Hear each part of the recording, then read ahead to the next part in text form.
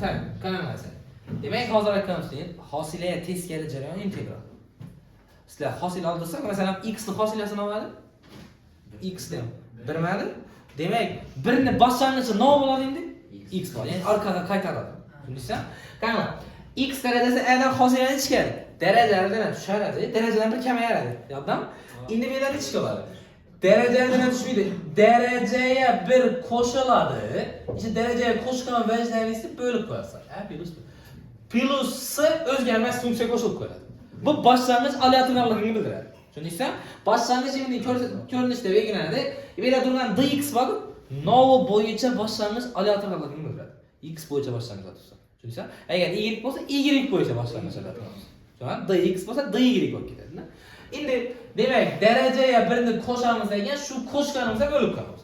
Qarang, x kubni boshlang'ichi nechta qoladi shunda? Savolsizlar. X kubni boshlang'ichi. X 4 darajadagi 4 pastda bo'ladi. Taqsim 4 bo'ladi. X 5 bo'lsa-na? X ni 6 taqsim 6 bo'ladi. Plus s. Boshlang'ich aleatorligini bildiradi. Tushundingizmi? Sinus. Endi sinusdan hosila boshlang'ich kosinus x bo'ladi. Plus s. Qarang, kosinusniki nima edi? Hosilasi. Minus sinus var.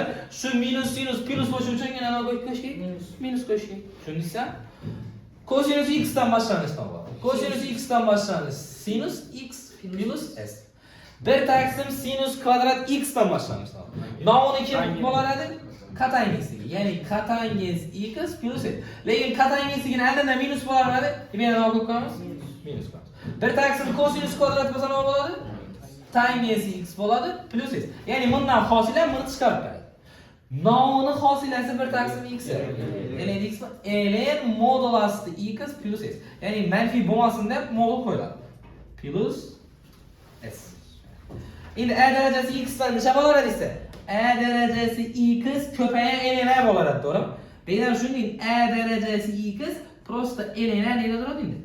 Maqsadda turadi. Ya'ni ko'payib turganlar hammasi bo'lib boshlaydi. Tushundingizmi? Endi bunda y darajasi x dx. Buni hosilasi nima edi? Uziladi, boshlang'ich ham uzib oladi. Plus s. Tushundingmi? Endi bu misolga qarasak. Tangens x dx. Tangens x ni boshlang'ichi nima bo'ladi? Tangens x ni boshlang'ichi ln modulasi kosinus x plus s. Faqat albatta minus bor. Nechun nima turibdi? Qarang. ln modulda kosinus x. Endi masalan modulni yo'q deb turib ishlasak şimdi. ln oddiy kosinus x desak. ln ni hosilasi nima bo'ladi? Bir taqsim x mi? Bir taqsim kosinus x bo'ladi. Kosinusning nima bo'ladi? Hosilasi minus sinus x. Ya'ni men bundan hozir nima olibman? Hosila olibman. Shunda sinus taqsim kosinus nima bo'ladi? Tangens x bo'ladi, oldindan hozir bo'ladi? Minus. Endi shundan boshlang'ich olacakmizsa, bu minusini imga berib turadi.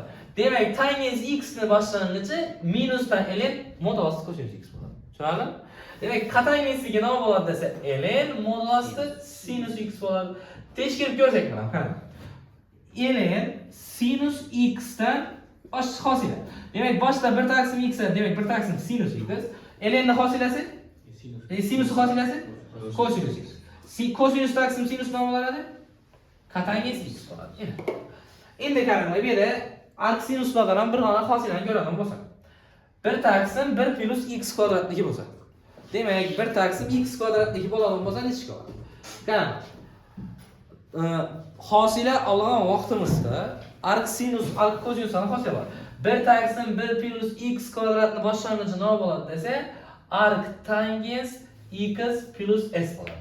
Arc tangensdan hosila olganimizda bir taqsim 1 plus x kvadrat bo'ladi. Tushunarlimi? Endi qarang.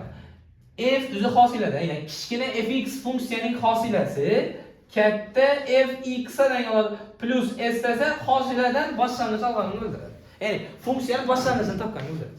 Tushundingizmi? Endi kattasi masalan kichkina fx funksiyasining boshlang'ichi katta fx bo'ladi. Tushundingmi? Ya'ni x dan, ya'ni biror bir funksiyadan beradi. Nechta bir ln x va nechta bir funksiya. Tushunarlimi? Yana bir narsani aytish kerak, ln x dan boshlang'ich olib qo'yiladi. Tushundingizmi? Buni bo'laklab integrallashgan. Yetib bordimi? Endi integral yig'indi va ayirmaning integrali bor. Yig'indining integrali integrallar yig'indisiga teng deydi. Ayirmaning ham, ya'ni yig'indi turibdi-ku, bo'lak-bo'lak integrallasak bo'ladi bizda. F dx plus yoki minus integral j dx. Tushundingizmi? Ikkisini qo'shmasak bo'ladi. Keyin ishora endi bir dona formula kelib qoldi. 14-chi integral dx. Mana dx. Bela nodibdi d-ga ko'payib qoldi. Savol. Birdikmi? Nomning hosilasi biradi. X nigami? X bo'ladi plus s. Tugadi. Tushundingizmi? Ya'ni bela hozir medal yozadigan bo'lsak, endi integral 1 ko'paygan dx 1 x plus s bo'ladi. Endi ishi boshlanadi. Tushunarli bo'ldimi? Savol qaysi? Bunga qani masalan, unga misol bo'ladigan bo'lsa, endi desak, x ni kubini, mana x ni kubi dx. Ishidan boshlang'ich ochiq. Buni boshlang'ichi nima bo'ladi? Bu senda b fx bo'lib. Chunki shu fx funksiyaning boshlang'ich funksiyasi. Manaki x ni darajasini birga qo'shsang 4, shu 4 dan bo'lasan plus s. Ishi va ishdan hosilasan yana qayta tuzib chiqaman. Da tushunasiz. Daraja elde sona qaralmasa, tushundingizmi? Sona qaralmasa daraja eldan tushadi. Darajadan bir kamayib ketadi. Tushunarlimi? Demak, daraja eldan tushganda bu bilan qisqaradi, 4-chi aylanadi, 3 aylanadi. Tushundikmi? Agar bu ishi x ning o'rnida, masalan, x ning o'rnida nima bo'lib tursa, integral y dx bo'lsa, ishidan boshlang'ich kerak bo'lsa. Qara, bu yerda y dan x bo'yicha boshlang'ich kerak. Bu y x ga bog'liqmi? Bog'liq emas. X ga bog'liq bo'lmagan vajda nera chiqarish mumkin? Eldan chiqarish mumkin. Integral dx bo'lib qoladi. Ana endi integral dx yani u birdan boshlang'ich ya'ni birdan boshlang'ich nima bo'ladi? X bo'ladi, unga nima ko'payib turadi просто? Y ko'payib plus s o'zgarmaydi. Tushundingizmi? Nima bo'yicha boshlang'ich. Agar ishoda sinus y bo'lib qolsa, buni boshlang'ichi bu integraldan chiqadi, menda nima qolib ketadi? 1 bo'lib qoladi. Aslida birdan boshlang'ich olib qo'yiladi bu. Tushundingizmi? Şurada dx desa x bo'yicha. Agar dy desa y bo'yicha olinadi. Tushundingmi? Savol ham formulalar bo'yicha. Savol bo'ldi, sen yozib olsan.